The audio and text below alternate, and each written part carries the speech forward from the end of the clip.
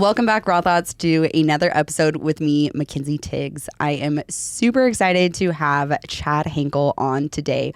We're just going to dive right in because I already know I'm excited to have this conversation with you. Folks, we are talking about suicide today. Really? Let's do it. Yeah, I want to hear your story. I don't even know your background, but I know bits and pieces of it. So I want to get to know you and kind of what you led to that. We're talking about grief, but I want to have you introduce yourself as well. Sure. Yes. Thank you for having me on. Yeah. This is really fun. I basically am not a born Idahoan, but I've lived in Idaho for quite a while. Grew up in the Burley area.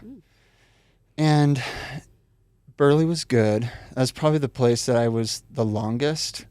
Don't lie to yourself. Burley sucks. I've lived there for 2 years. I have nostalgia, but yes. I have nostalgic mind. But I moved a ton as a kid. I think at one point I tallied it up when I was 19, and I don't know how I got to 100, but it was like a lot. Whoa. So this is like, maybe I double counted because it was like we moved from this house to that house and then we moved in to out. I don't know. I'm not sure, but at least 50. Okay. So Arizona, Texas, Montana, Idaho, all over Idaho. Yeah.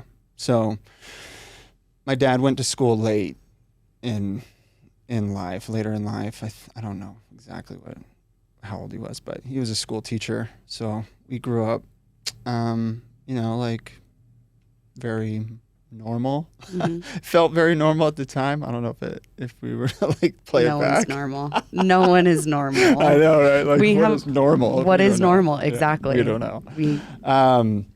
But what I did, basically moving forward through life is I wanted my kids to have something a little different. And my job through college was to sell pest control. So I was back into this transient thing where I was like moving every summer, moving back every winter, and paying for college that way. And then we ended up here, and we've been here, I guess it's been about 12 years. Okay. Almost 13 years. So I have 5 kids.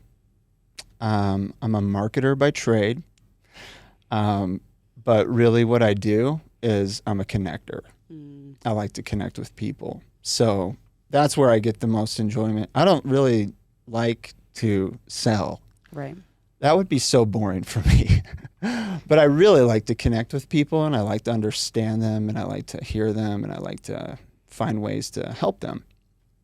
And I think that has always been pretty integral to who I am and what's made me tick. And when you move a lot, you have to learn how to be a chameleon to some extent and adjust and learn how to fit into the new school. And I moved my senior year, there's all these little scenarios where I had to learn how to be myself again. And in the process, it's almost like I lost myself because I realized, especially now that I'm 41, looking back, I never realized how many walls I built up around myself to protect myself, to not only be able to operate and change, but also live in just to control, to try and control change, which is, you're not going to do that. Right. Right. So, long story short, I met my wife at school. We got married. We went to school at BYU, Idaho in Rexburg. And, we started having kids pretty early, and life took off from there. And it got kind of wild. Where's your life was already wild. Yeah. I'm curious to know, why was it that you guys moved so much when you were kids? Well, my dad was in construction. Okay. So that is the easy answer. The harder answer is I don't exactly know what created so much transientness. like I would say the way that I was brought up was, like, in retrospect, like, pretty high conflict household. Whereas my wife grew up in a very low conflict household. So that was an interesting dynamic to find out. It was like, oh, didn't realize that this isn't how families were run. Okay. You know? And learning how to, be a little softer place to land. But yeah, that's where a lot of the transientness came from, for sure. Okay. That kind of sums up that. Yeah. You have all of this. You're starting to have kids, you're starting to figure yourself out. Right. I think it's very interesting that you say that at a young age you started building those walls up. Yeah. Because it is a way to protect yourself, where it's like, oh, well, if I don't have them come into my life, then when I leave again, I'm not getting hurt. Yeah. That's an interesting one. Yeah. And I mean, just hearing that I can see that and understand that, because I know I did that when I was a kid. And it's those walls that also kind of self-seclude you into being who you are, even though being a chameleon is kind of a tactic. Like, there's not a lot of people that can be a very good chameleon. Yeah.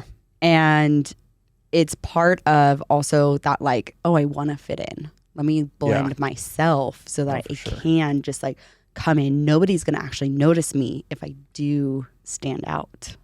Yep. How was that growing up and having to be that chameleon and finding yourself again in all of this change? Because I think that happens through life and all of these phases. How has that occurred even after you moving those schools, having to kind of find yourself again by losing yourself?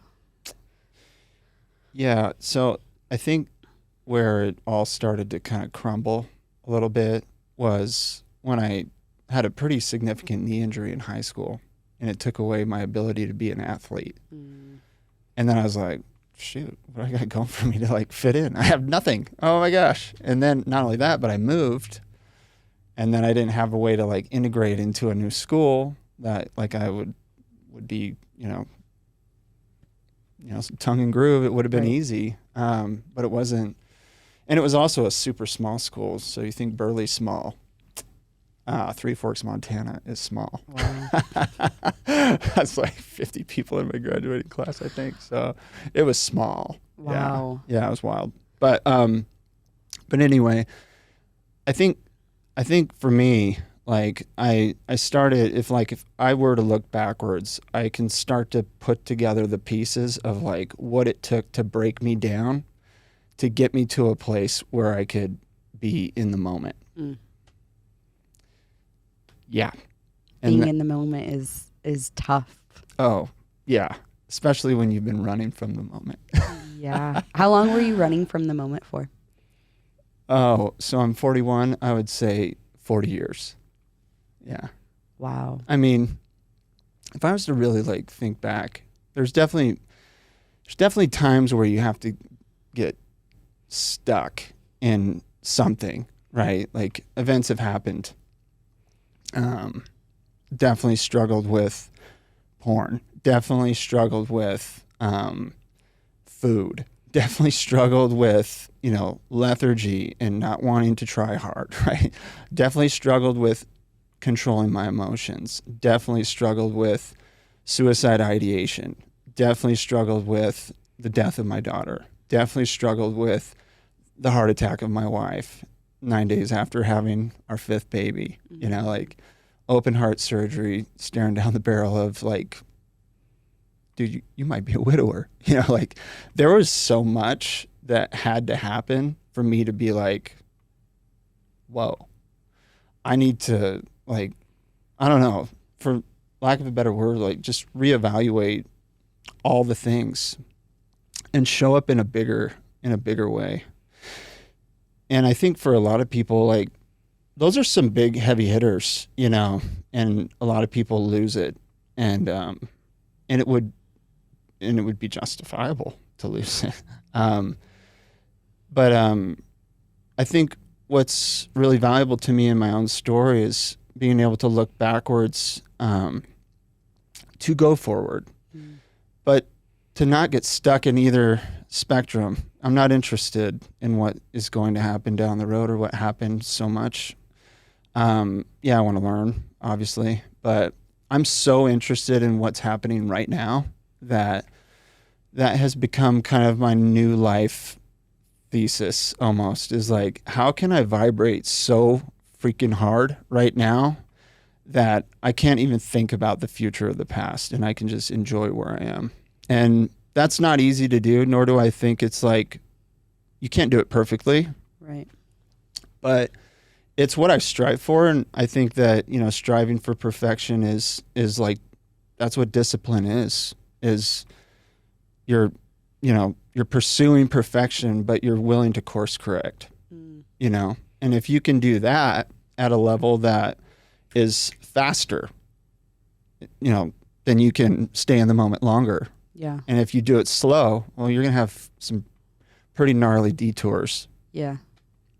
I love how you said that about course correction, because that's being adaptable. That's being able to say, you know what, I have so much faith in who I am and where I've been that, you know what, whenever those paths cross, like if it's not what I expect it to be, or if it's different, I can course correct. I can decide to change. I can decide in that moment, which you have to self-realize and self-analyze and say, you know what else can I do?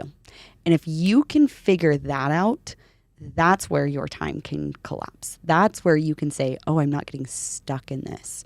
I don't know. That I think you just explained so well of the concept of figuring shit out. Maybe. Boom. Done. Wow. I learned something Do we just today. go home?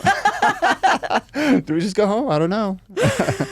No, I mean, there is a process to it, because I didn't know that when I was going through some of that stuff. Yeah. And I can get into like a lot of details with that, because it was definitely something where when I was in it, very, very difficult.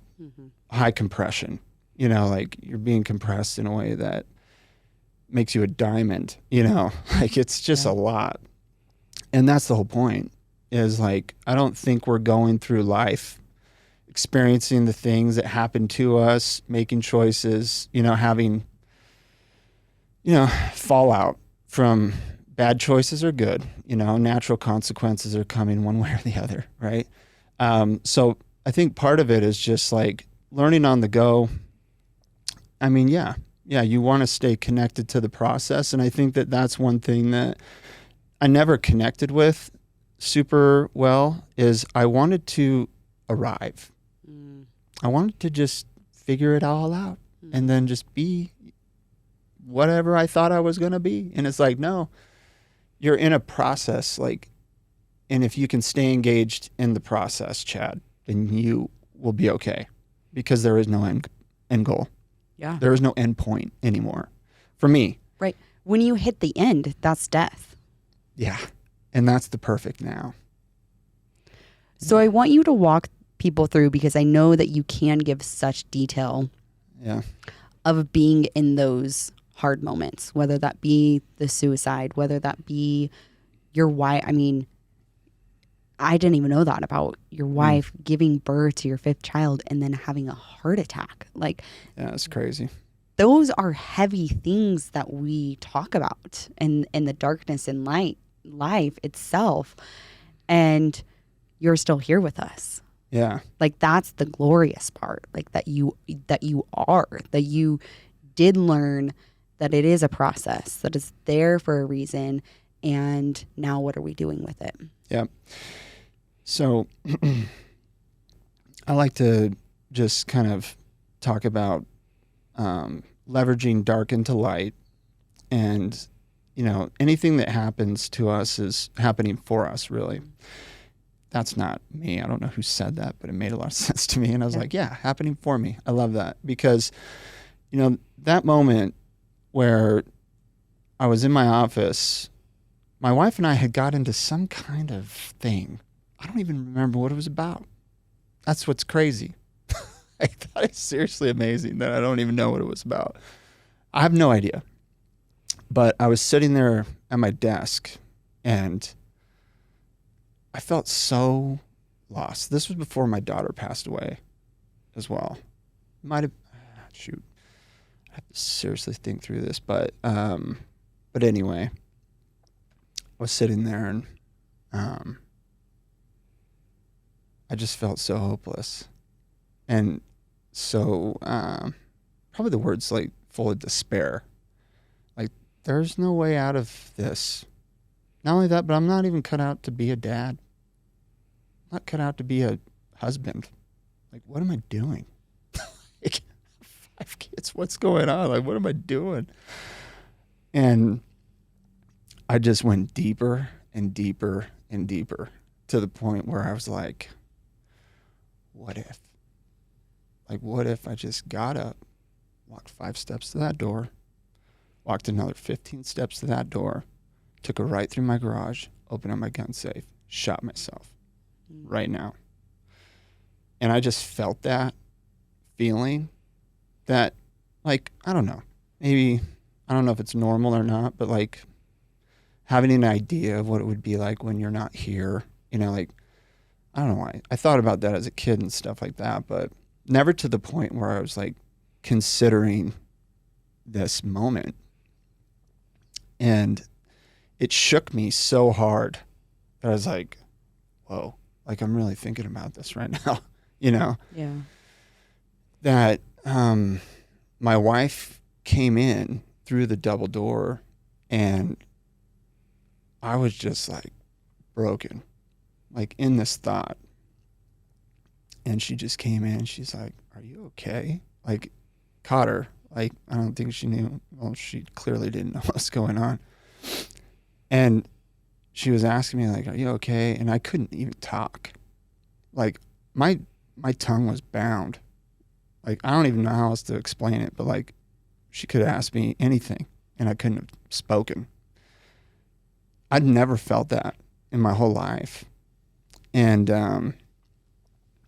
I was able to just mutter out, like, I just thought about killing myself or something simple like that. Like, probably barely got it out, weepy, you know? And as I was just sitting there, like, I just broke down and just cried, you know?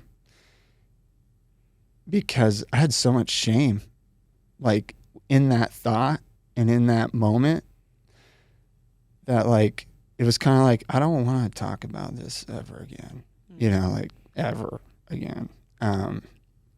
Because that feeling was so uncomfortable and so foreign because I went there, like, emotionally, which, you know, clearly physically is a whole nother level, but emotionally is a level too.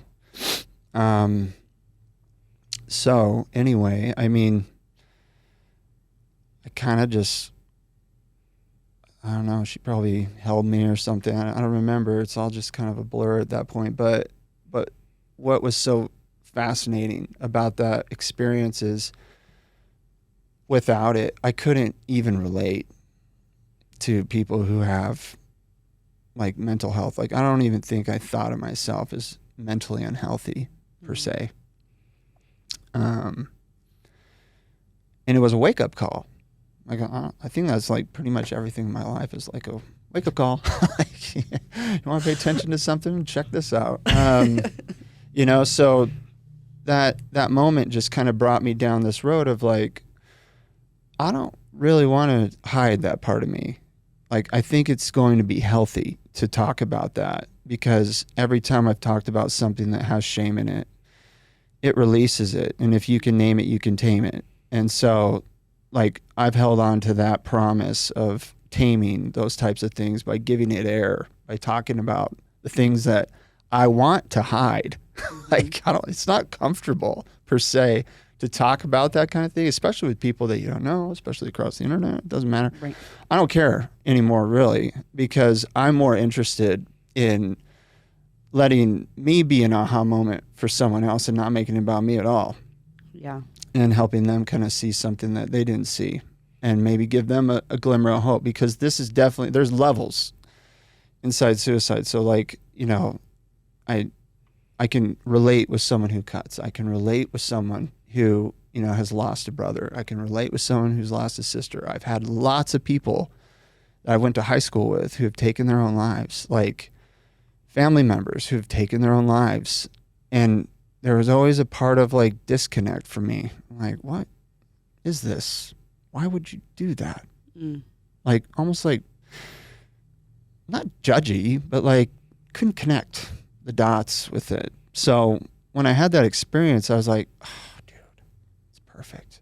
Like, I needed that, like I needed that moment to be there so that I could bounce back and leverage that in a way that I think is really healthy for me, healthy for my kids, healthy for my family. Like, they know.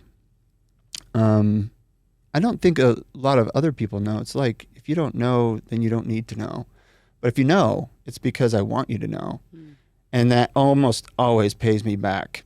Like, I also, have had that. Or, like, tons of that comes back. And it's like, dude, why are we all trying to act like we got it together? Right. It's so funny. It's interesting because you made a comment about, it's almost like you aired out your dirty laundry. And for years we were told like, oh, don't do that. Don't do that. Don't do that. Yeah, that's interesting. And that's where that suppression comes in. And oh yeah, it's like, nope, don't lift that box. Like, don't lift the box to let any air get in, because if air gets in, then air gets out. And if that happens, then all of my bad stuff occurs. Right. And it's not necessarily bad things. We do these things because most of the times we don't know what the hell else to do. Like, it just was the least resistant and we went for it and there it was, right? Yeah. And you make such a valid point about you now can connect with those people. You now can understand what they've gone through. And you explaining not being able to talk, I've seen people there. Yeah, it's scary. It's scary. There is people that don't understand this, and I talk about it a lot. Like, I've had deep, dark thoughts, but I've never had that like plan. I've never had that like, this is what I'm gonna do. And you talked about that. I remember being in high school and sending a text to my oldest sister saying, what would you do if I was not here? And it was after the Columbine shooting. And it was just like I was trying to wrap my brain around it. Like, what would life be? Like, what would they do? Not like I want to take my life, but like, what would happen? How would that change my family? Like, no, I need to be here. Like, I need to be a part of this. Yeah. And you talking about that is I can vividly see walking into somebody and seeing their aura, seeing how you assess them, and you're like, you're not good. I don't care what the fuck you tell me, you're not good. Yeah. And that is, I mean, just being able to have you describe that to people that maybe haven't been there, and also link to people that, I am going to say a little bit of judge, because they can't connect. They can't understand. Yeah. They don't know what that feeling's like. To have somebody explain like what you just did, those feelings, those emotions, that true helplessness of like, I can't even speak. Like, I'm for the first time in my life. Like, that's how we know he's not doing good. He can't talk. Wow. Something's really wrong. Something's up. Yeah. No, I think it's a really good point, because we have to be really, I've found, for me anyway, I'm not saying this is for everybody, but for me, I have to be very careful with my thoughts, because not all of them are valid. Like, your mind is a tool. And like, I'm reading some great literature about this, and I love it because it helps me understand like the tool of the mind. The mind is always going to work. It's designed to work. Like, and you need to be able to pick that tool up and put that tool down and use it when it needs to be used and discard it when it doesn't need to be used. And so like, not every thought that pops across our minds, like intrusive thoughts or whatever, like, they're not all useful, and we can discard them. And we get to make that judgment call on, how we're going to use our mind. I think it is about being in the present moment that helps kind of wield your mind in a way that's productive. And, fitness for me has been an incredible help. I think there's a lot of men who are compensating or overcompensating. I'm only speaking because this is my own internal monologue here. Like, I'm not trying to convict anybody else. This is me. But like, I ate myself to 290 plus pounds, dude. Like, I was walking around like miserable at this time. Okay. Like, at this time, I was miserable and I hurt for no good reason. Like, I would wake up in the morning and limp, and I was like, wow, that's crazy, and I was like an athletic dude, like, this isn't me, but like, this is me, and I made the decision to be here, so what am I going to do about it? So I had to get really serious about that piece, really disciplined about that piece, so that I could kind of ironically kill the old me, and find it, and let that person back out that was trapped. And, fitness has been huge for me, long story short. But finding people who are like-minded has been huge for me, surrounding myself with better influence, not just like, oh, you're dragging me down, you want me to go party on the weekends. I'm not the party guy. But I am the guy who will default at times, like, like whoever's around me, chameleon boy comes out, right? And I can default to a lower standard pretty easy. So I want to be around people who are big thinkers, who really care about themselves, who care about their families, who value family, who value their values, frankly, and have integrity and that kind of stuff. And all of it's a level up. And so anyway, like, new levels, new devils, that's what happens. Like, if you discover a new level inside of yourself, like, giving suicide a voice is a new level. Yeah. And that peak comes with a new valley. That's the way it goes. And so, like, and there is no top to the peak. You're going to keep climbing. Like, that's just the way that goes. But yeah, I think people can get really hung up in a mindset that creates a pretty fixed reality where they don't become malleable anymore. They're like, I'm going to protect myself at all costs, and I don't want to be seen. And that will keep you stuck. That kept me stuck for decades. Do you think it was those walls that you built up that kept you stuck? Yeah, for sure. Yeah. Yeah, I think there's a lot of different walls. There's obviously, religious walls. There's political walls. There's social walls. There's, work walls. There's family walls. There's all these walls, right? And slowly the whole sucker had to come tumbling down, in order for me to just kind of sit with myself and be like, oh, shoot. Everything I did to get me to this place was required. Mm-hmm. And that was like someone that I had ran from for so long. To just actually address that. It was like one of the most profound moments of my whole life. How did you actually start addressing them?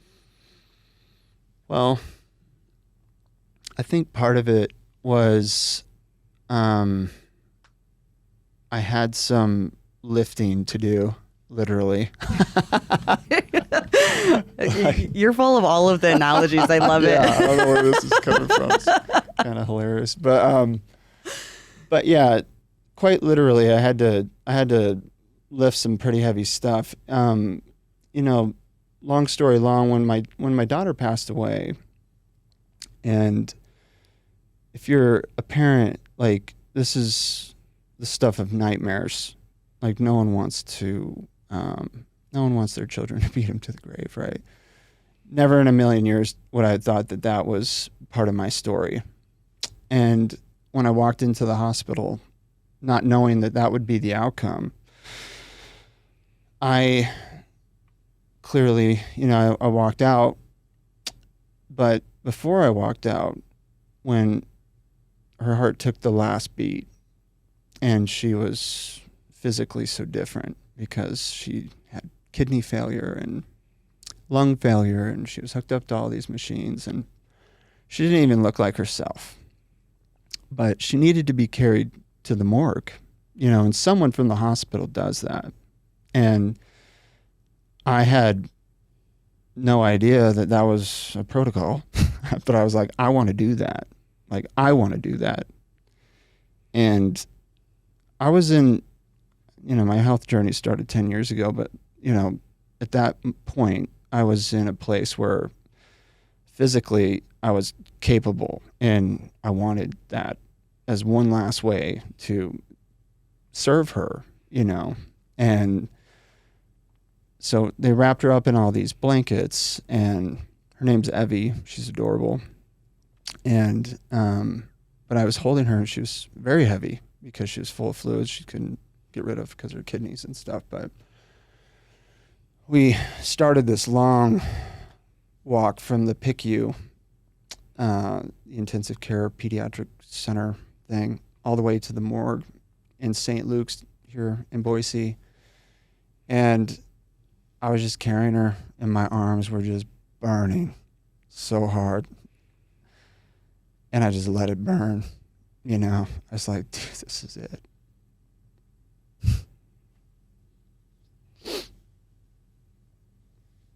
And it was like so beautiful, but also so hard.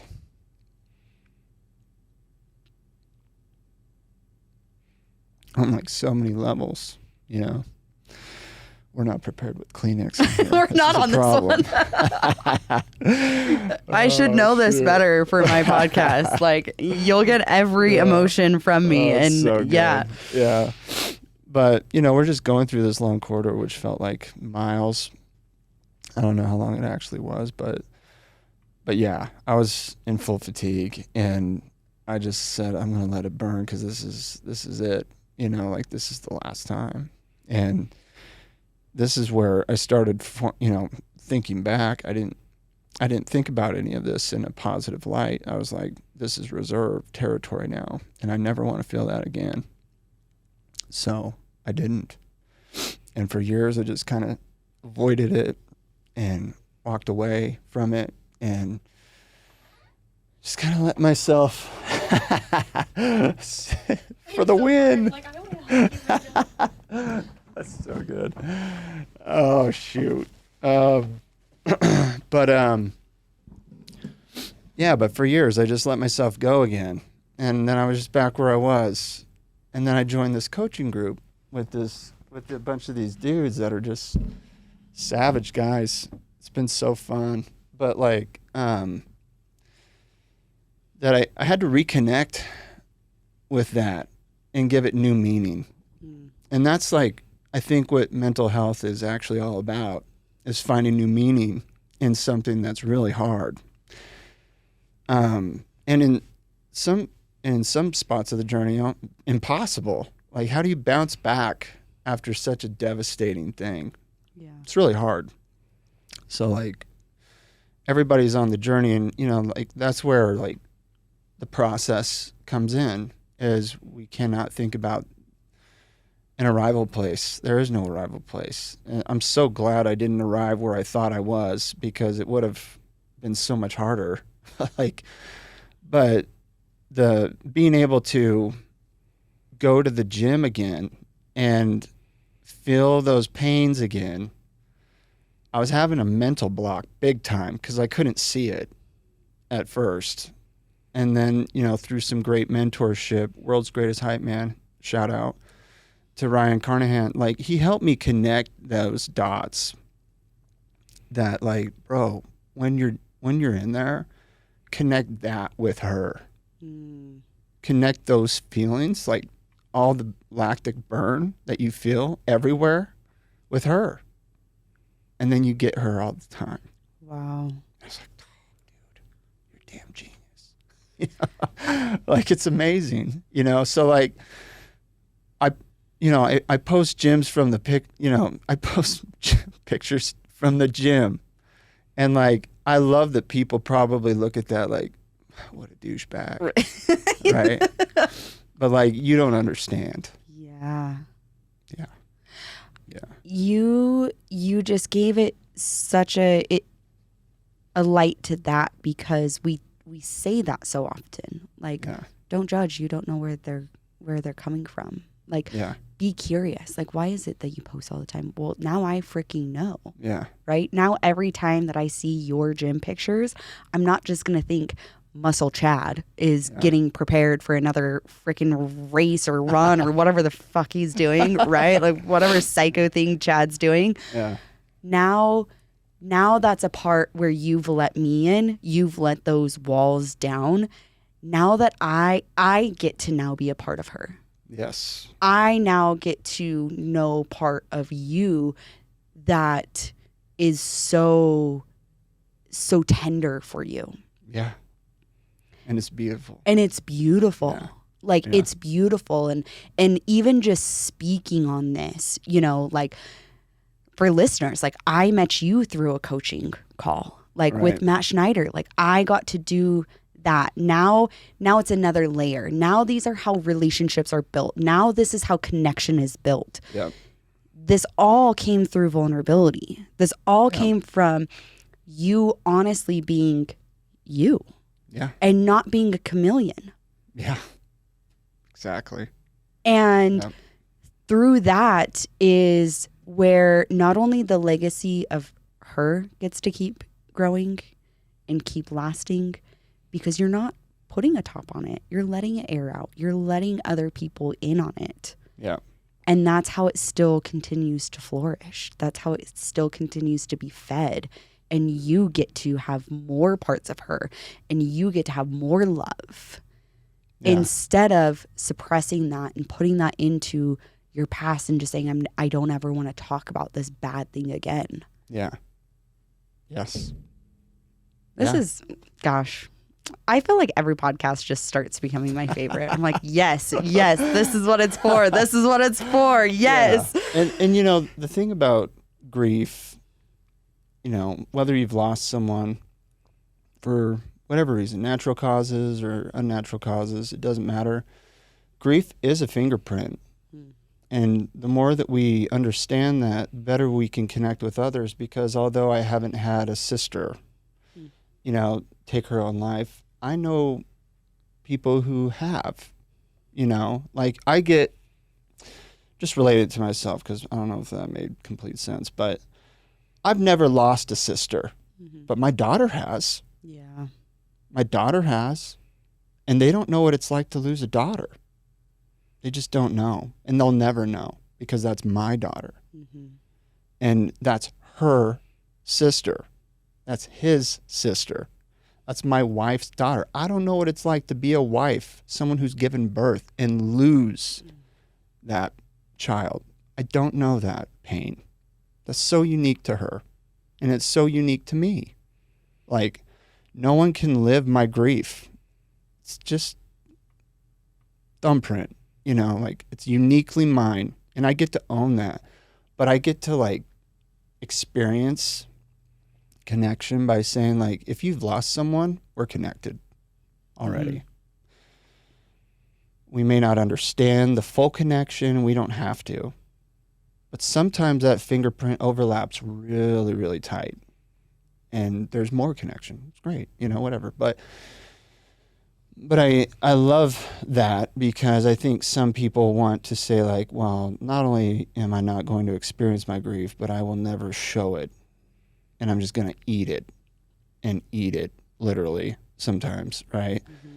To the point where we've become something that we can't even recognize physically, emotionally, spiritually. We're so out of whack, speaking for myself, that I lost myself. And that is probably how I felt at that desk. To say it another way, it's just like, I just kind of lost myself. I lost the connection to the moment. And I was stuck in the past or the future. I was either super anxious or super depressed, but I wasn't in the moment. But that's one thing also, if you think about pain, what pain does is it requires you to be in the moment. Mm-hmm. You cannot escape it, really. Like, you can assign meaning, and that's different. Assigning meaning to pain is like suffering. That's different category. You get to decide what suffering is for you. Mm-hmm. Like you get to make that assignment, but pain is unescapable. So for me, like, the journey has become more of a process of learning my pain and how it's going to teach me to become the next version of myself, and not to run from it anymore, and not to cover it up, and not to joke my way out of it. That was a classic one for me. Like, use humor to deflect. Who knew? But now I feel like I finally, like, at 41 years old, I was like, sometimes I just want to slap myself, like, dude, how did it take you this long to figure this out? But it doesn't matter. I figured it out. Like, I figured that part out. But there's so much I still don't know, clearly. And I think that's the cool part, where you've been shown a light to some of it.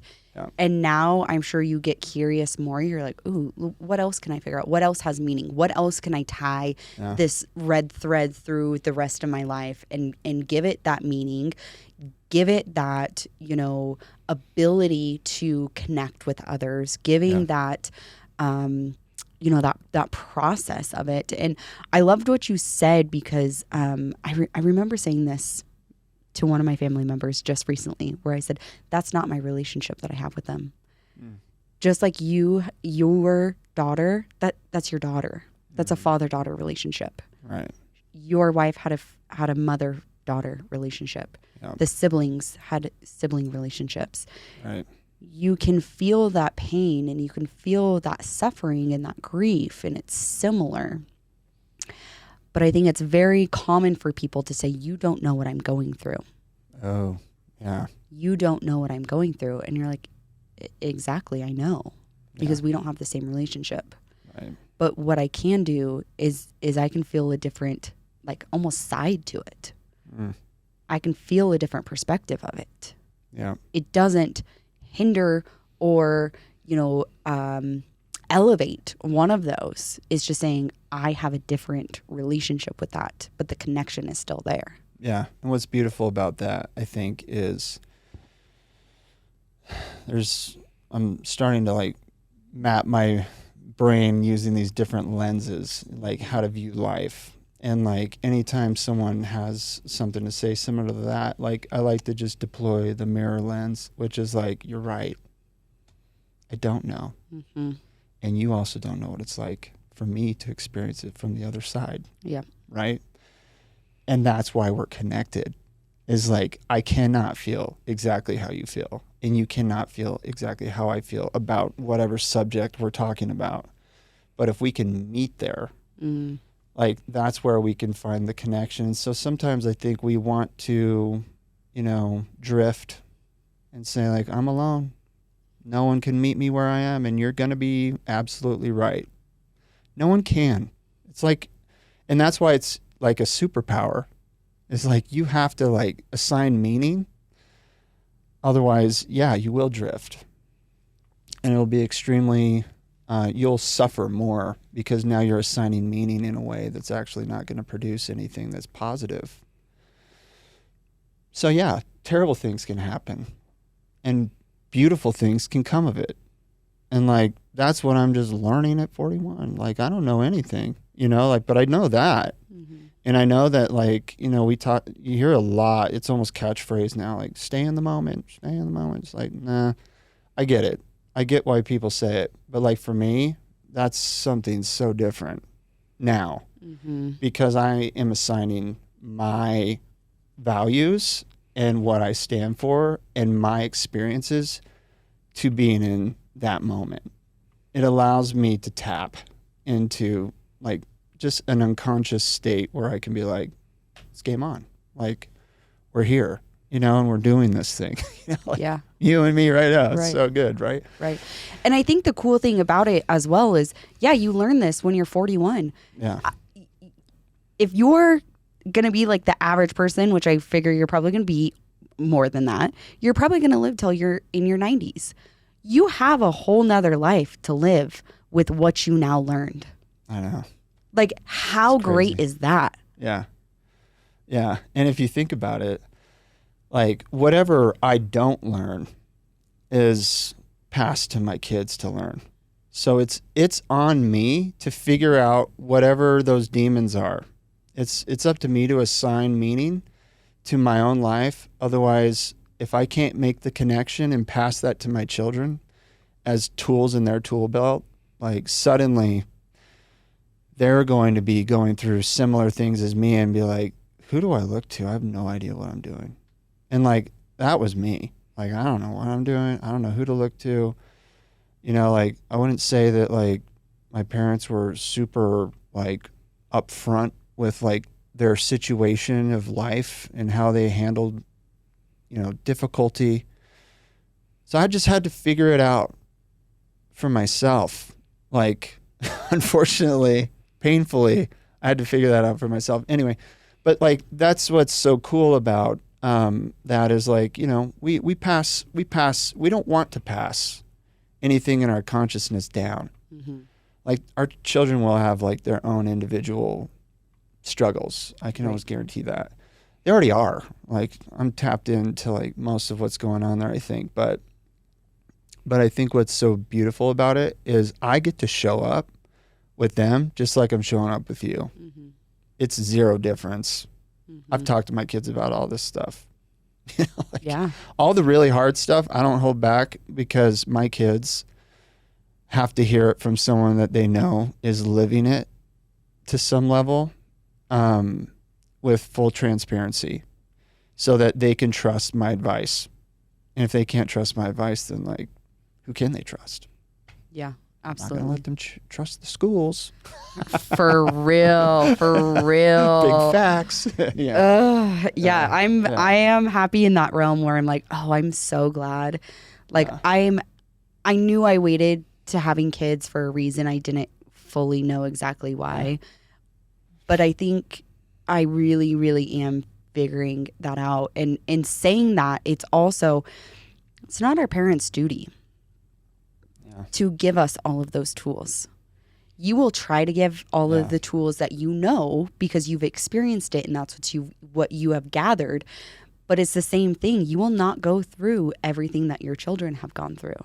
Totally. But you want to be able to teach them and say, you know what? I don't know what to do. I'm going to go find somebody and help me with this. And it may not be you, and it may not be your wife. It may not be anybody in your family. But the concept is that they've gone and found somebody else that they can connect with. Yeah. They can go and find somebody else and say, you know what? My dad taught me so well that I need to be able to talk with somebody. And that's not your responsibility. That's not your parents' responsibility. That's something I have been having to learn really hard this last year. Mm-hmm. It is not their responsibility to do this. Right. They don't know who's inside me. Nobody knows who's inside you, just like your wife didn't know those thoughts. Right. One, we have to be able to articulate them and share them. But two, we have to make that choice that we want to change. We have to make that choice to want to problem solve. Yeah. And I think we put so much weight in, oh, well, my parents didn't teach me this. Mm. But did they know that you needed to be taught that? Probably not. Yeah. And, you know, I think there's a lot of, you know, I just think I experienced a lot of self-deception of just trying to, you know, fake it till I make it kind of thing. And I don't know. For me, it led to a lot of what do you call it? The complex. I am this outside, but I feel imposter syndrome. There we go. The masks. Yeah, for sure. It led to a lot of imposter syndrome, and that imposter syndrome ran super deep, and like so deep that I was convinced, and I kind of alluded to this, but I was convinced at one point that I'm not even cut out to be a dad or a father. Like I made a mistake. Like maybe I married the wrong person. Like, why is this so freaking hard? like all of that. And like, I've made very serious commitments, like religious commitments, and I just don't say that willy-nilly, like Yeah. that there's a lot of commitment behind getting married in our faith, And so anyway, the thing is, like, when I was going through all of that, and I don't know that this was definitely after my daughter passed away, but like, and I had like a season of reprieve almost. Like, a lot of these demons were just kind of like at bay. And like, I felt like the power of prayer from people. Like, I don't know that I had ever felt that before. Like, people talked about it and I heard about it, and I was like, okay, I mean, seems like a thing that happens, Right. But like, really feeling it for myself, I don't think I'd ever felt that before. And then when Evie passed away, I felt it, and I was like, whoa, dude, maybe my whole life's changed. Maybe I arrived, slowly but surely, like, faded, that feeling of safety, security. I don't know what it was exactly. Angels, who knows? I don't know, but it faded, and I was kind of back to square one, but without a daughter, and wondering what we were, what are we doing again? Like, back to this loop. And what was fascinating about this is, my wife and I, we were talking, just trying to figure out logistics for like one of our kids, and it became somewhat of a bicker because I was trying to work and she was like, I don't even know. But this was like after she had delivered our baby Dax, and then she just said on the other line, she's like, my heart hurts. And I was in my office across the house, and I was like, your what? Your heart hurts? What do you mean? Anyway, I walk into the room, and she's kind of just uncomfortable, and she got up, and I was just trying to comfort her, and I was very confused, and she leaned over, got up, walked over to the bed almost, and then completely collapsed across the bed corner, and there was like a bedpost there. And she was like frozen the way that she'd fallen, and I had to pick her up, move her to the floor, and she was just kind of like almost like rigor mortis style, just stuck where she was, and she was seemingly having a seizure. Like, I was holding the baby right before this, she'd given birth like 9 days previous, right? And so I was like, oh my gosh, like, what is going on? I was so confused, and it got really serious really fast. Luckily, my mom was visiting, and she was able to, help with my kids. But I mean, my kids saw this. Wow. And I'm confident she died in my master bedroom. And for lack of a better way to explain it, by the grace of God, I was able to give her a blessing, a prayer, and she was able to come back out of whatever was going on. And it was like incredible. I also felt super unworthy and very scared, and like I had all this kind of like ick inside of me still. But like, it got it was a life-threatening heart attack, double bypass surgery within an hour of, basically arriving to the hospital. And then she was basically in the hospital for like 13 days recovering to this point. The reason I'm sharing this is because like a lot of us wish that our situations were different. Mm-hmm. This guy, that was me. Like, well, maybe divorce is an option, like maybe I should, not be in this relationship. Maybe there's a way out of here, like maybe I could be happier, It was basically all about me, and what was so crazy about this particular thing is like God called my bluff. And he said, let me show you. Like, that's the only way I can really explain it. Let me show you what that might look like. And then let's see what you really want. And so, this is like not peak COVID, but pretty close. And we're in the hospital and things are weird. And, like, I'm trying to juggle what it's like to be a single parent suddenly. And doing this all alone suddenly. And trying to take care of a baby that I have not done at that level without a partner suddenly. Like, everything was like, suddenly your whole life's different, and it could be different forever, frankly. It could have gone the other direction. I've seen that. I've known that too. And the thing that I keep coming back to on that is, why did that happen? And I don't know that there's like a really clear answer, but I get to assign the meaning to that too. And I get to determine like how I show up in my relationship now way better than before, because I can view my relationship with a different lens now. And, we can squirm and we can try and get out of the uncomfortable realities all we want. But the facts are, like, we have to like stop and address certain things at certain points. And that's what hard stuff teaches us, is it teaches us to stop and evaluate. Whatever we were just arguing about didn't even matter. I don't even remember what it was. Right. I have no clue. Couldn't tell you. Maybe under hypnosis, or something. But like, I couldn't tell you. But like, how many times are we in a relationship and we're like, if only it was like better for me. If only they would connect with me. If only, all about me. And the decision that I had to make was, when is it going to be about her and then forget about me? And then how quick that dynamic changed, where immediately upon asking her, like, what can I do to be a better partner for you?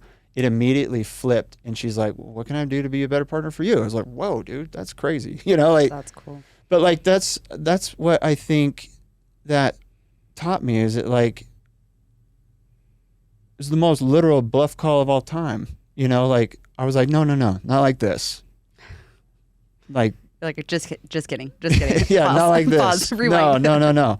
And it was like, it's like you rub the genie, and the genie's like, what do you want? I want to be happy. Okay, boom. And you don't expect that. Like, he hits you with like, let me show you what happiness is. Like, whoa, this doesn't feel like happy at all. What do you mean? And then eventually it comes back around, and I get to assign my meaning, and I get to find out what's happy out of that. And, marriage isn't easy. I'm not saying it's even perfect. I'm not saying we've made like full circle changes. Like, we're just working the process of like a better marriage. Right. And that's what it is, like but like, it takes wake up calls like that to, really get engaged with the process and not stop thinking so much about me. Like, what do I need? Forget about me. I'm trying to get to that place. Like, I'm not saying I don't have selfish moments, clearly, like, I'm a human, but like, when I can default and give that a voice, and then, when hard things come and I'm like, what are we fighting for right now? Like, what is this? Like, why am I so ingrained in what I'm trying to do right now? And I'm like, oh, dude, this doesn't even matter. I forgot the lesson. Right. The lesson is, this does not matter. Everything you think matters probably doesn't matter. It's wild, because when we're in those moments, that's not what is logical to us. No. We are so unrealistic with ourselves. And what you said earlier about those thoughts, like, our brain actually defaults to negative. Yeah. Our brain is wired to default to worst case scenario. That is survival. Yeah. It does not do us any good to believe every single one of those things that come into our brain.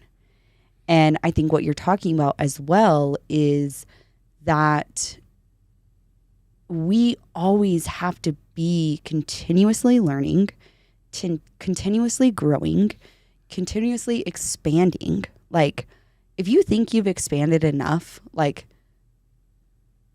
rethink it. If you think you've arrived, rethink it. Because you're limiting yourself. You're limiting what you think. And it is something that you will always have to keep remembering, because we're still children. Like, you think that your 5-year-old, 6-year-old, 7-year-old like is going to learn it the first time? Like, shit, you don't even learn it the first time. Yeah, the repetition. Right. It's the consistency. It's the practice. It's the process. Like, people want things to just arrive to you and come to you. It's not coming to you. It's what are you becoming? Yeah. I'm becoming a better person. Yeah. All right. How are you becoming a better person? Well, I'm stopping these. I'm doing this. Like, that is the evaluation. Like, our whole lives, I said this on my Instagram live, like, if you're not following on Instagram, you should be, because sometimes I really put some gems out there. But talking about, like, our life is really just an experiment. That's all it is. Write a hypothesis, test it, doesn't work, reevaluate, redo it. New hypothesis. New hypothesis. Yeah. You change it, change the results, change what you're going to do, change the course, adapt to the course. Like, these are all things that I think we want it to be one specific, like, magic pill or perfect. Yeah. Oh, it's got to be perfect. Fuck perfect. Yeah. Just do it. Imperfectly start. Yeah. Imperfectly learn the process. Right. And that's the beauty. Yeah. Yeah. I love this idea of, perfection, right? Like, I think I tried to do a lot of things perfectly. And that's obviously not possible. But for some reason, we think that, like, being a perfectionist is, like, noble or something, right? Like, oh, I'm just a perfectionist. It's like, hold on.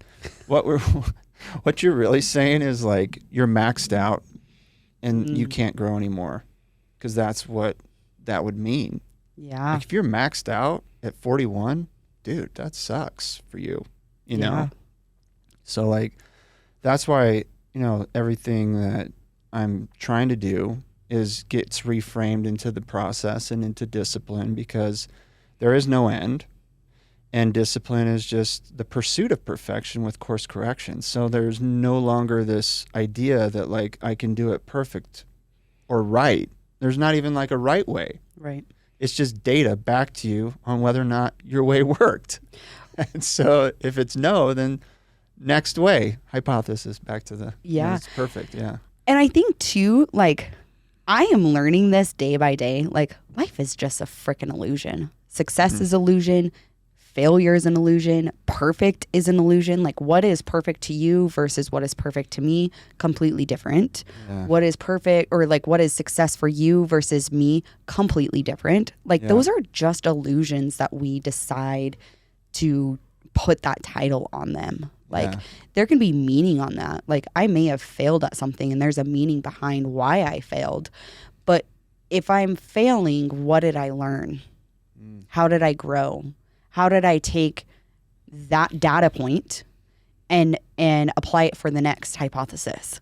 Like, be a freaking kid. Go make some damn experiment in your kitchen. Make a mess. Learn from it. Laugh about it. Like, I think we do. There's moments where they're supposed to be heavy and they're supposed to be hard, but they don't always have to stay that way. Yeah, totally. I like that, because I think we talk about failure, like, should be avoided at all costs, because failure is painful. Yeah. And then like I said before, you get to decide what where you go with that pain. But, like, failure is actually just a data collection process, right? And if you think about, how things work in a gym scenario, it's, for me, like everything has become super not about that and more about what does it mean to fail over and over and over again. And it becomes more of a symbolic process for me. So I'm seeking for failure in the gym. I'm seeking for failure in my relationships, and I'm seeking for failure at work, and I'm seeking for failure in whatever. And so, like, we talk about this a lot in our coaching group, in our men's coaching group, Superhuman Fathers. But like the thing that is really hard is when we get outcome oriented and it's all about the outcome. Did you PR? Yes or no?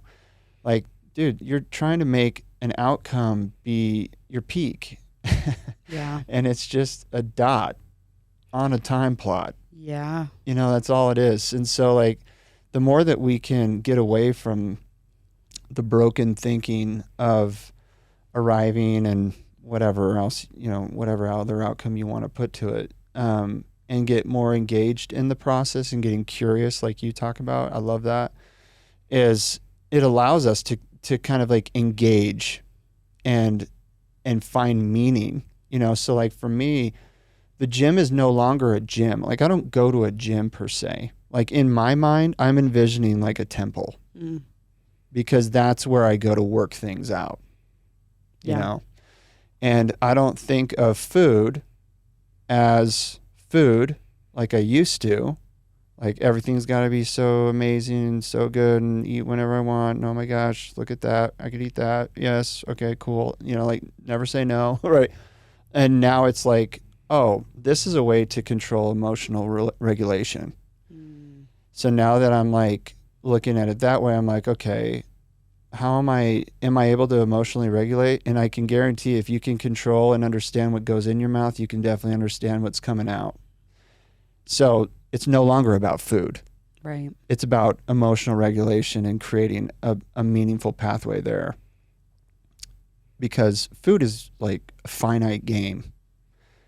Who cares about food? I mean, yes, we all love a good meal. Got it. But in reality, it's finite. Like, it gets used and it gets burned. You eat it and it gets burned. Finite. But if you can turn it into something infinite, to where you're playing a much bigger scale of a game where it's no longer just about food. Now we're attaching meaning to everything else that we're doing.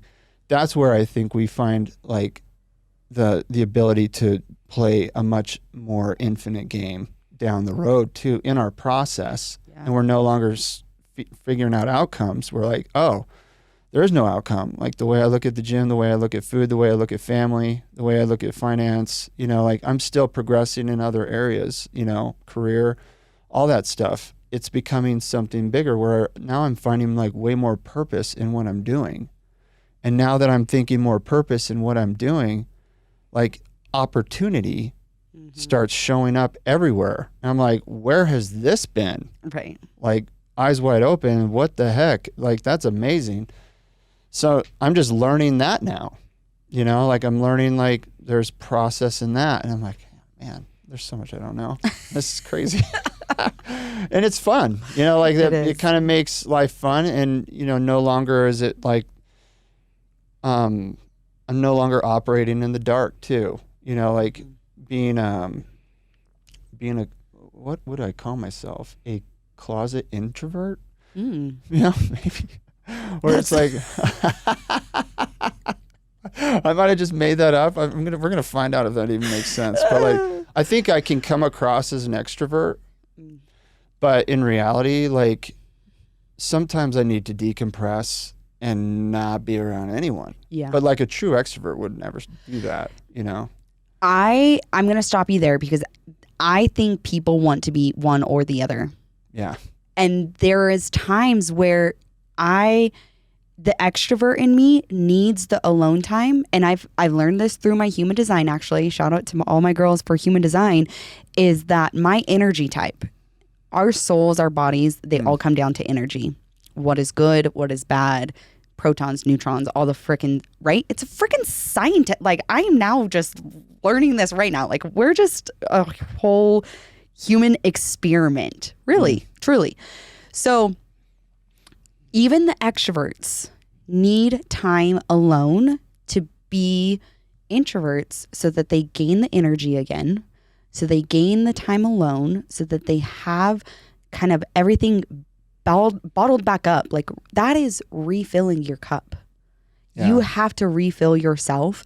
And the extroverts and those people that love to give the energy, that's where they find the energy comes back to them. I can be the life of the party. I can dance my soul off. I can talk with anybody. After last week being around hundreds and hundreds and hundreds of people, I was very quiet. And you're like, MaKenzie, quiet? Like, what the hell? I was spent. That is a great example of being spent because my energy is going out. I play off of people's energies. I can pick up on people's energies so freaking quick. Yeah. Do I need to be the introvert? Do I need to be the extrovert? What, like, that's that chameleon part of you, right? Yeah. But the time alone is where you get to now evaluate what is it that you need? Yeah. What is it that I'm falling short on? Do I need more time alone? Like, I love my time alone. I truly do because it lets me refill my battery. Yep. Lets me refill my soul. Lets me know what is it that I need. And then now when I go back out, I can find it. I can get it. I can give again. Mm-hmm. I can be able to do what I do because I have recharged myself. Yeah. It's amazing you've made that connection. I like that. That's really cool. And it's something you have to learn. It's something that, you know, I can't remember. We are going to have to wrap up. But recently, when I went through school for psychology, people are like, oh, because you want to be able to read people's minds. I'm like, no, I think I just want to figure myself out.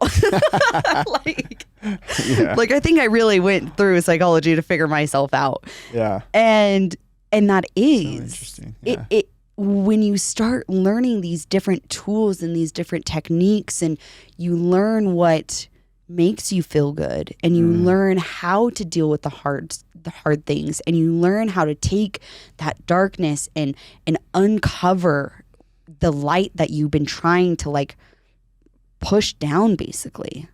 You need that darkness. Stars need darkness to shine. Yep. The moon needs the darkness to shine. Yep. But you're not going to be able to see those beautiful things if you continue to cover it up and continue to push it down and continue to not give air to it. Continue to not let other people see those things. Yeah. Yeah. And I think a really important part of what you just said is getting rid of the fear. It takes one little step of just sharing a part of you that you're not used to sharing, to do the experiment. And when you see the results, you'll be amazed because it always pays back. Mm-hmm. It always pays back. And it's amazing because usually what I've noticed is the way that it pays back is kind of like an unexpected thing. Like, I didn't even know I had an impact on so-and-so, and it might not pay back right away, but guess who's talking to me more vulnerable? The guy who never talked to me vulnerable my whole life, right? Like, how did that even happen? It's because I opened the door, you know? And when we open the door for ourselves, we open the door for others. Mm-hmm. And that's the thing that I think we get lost in, is we make it all about us when it's not. It's not about us. It's actually about everybody else. And if we can shift our mindset and get out of our own way almost and say like, hey, I'm not sharing this because I need to share it. Mm-hmm. Like, I'm over that part. Like, I can talk about mental health and, you know, we could have a whole podcast about a whole slew of subjects, right, you know, that I feel like I've exposed myself on. But like, that is something that I didn't know 10 years ago. Like, I don't even know, maybe it was 12 years ago, but like, I sat in a meeting, this company meeting, because I worked for a recovery center at the time as a marketer. And I heard this dude say, he stood up and he said something I never thought I'd hear anyone say in my life, which is like, this is like a treatment center for like alcohol and drug addiction. Right? And he's like, I think, after being here for a while that I might just be I might have some things to do with this, and I think I'm a sex addict. I'm like, wow, he just said the quiet part out loud. That's amazing, and like it like connected with me because I felt like I had this, insane connection to like pornography, and I just couldn't figure out a way to navigate it healthy. And like once he gave, like, he doesn't even know me anymore. Mm-hmm. Like I don't even know if I remember his name, to be honest. But I remember that moment, and we can be that moment for somebody else. Yeah. In whatever topic you want to talk about, whatever you've experienced, like that is your moment that you get to share and open the door. Yeah. And so now there's like just no shame for me. Like, frankly, like I've never shared a lot of this out in like open public, but like I'm also to the point where I don't care about that either. Yeah. Like because I'm chasing the authentic self. Yeah. Do you think it's because you're now fully at peace with it? You're not Yes. grappling with it? Yeah. And I think that partly, but the only reason I got there is because I was able to get rid of shame by sharing the shame, by like getting rid of that. Yeah. And the only way you can get rid of shame is by talking. Yeah.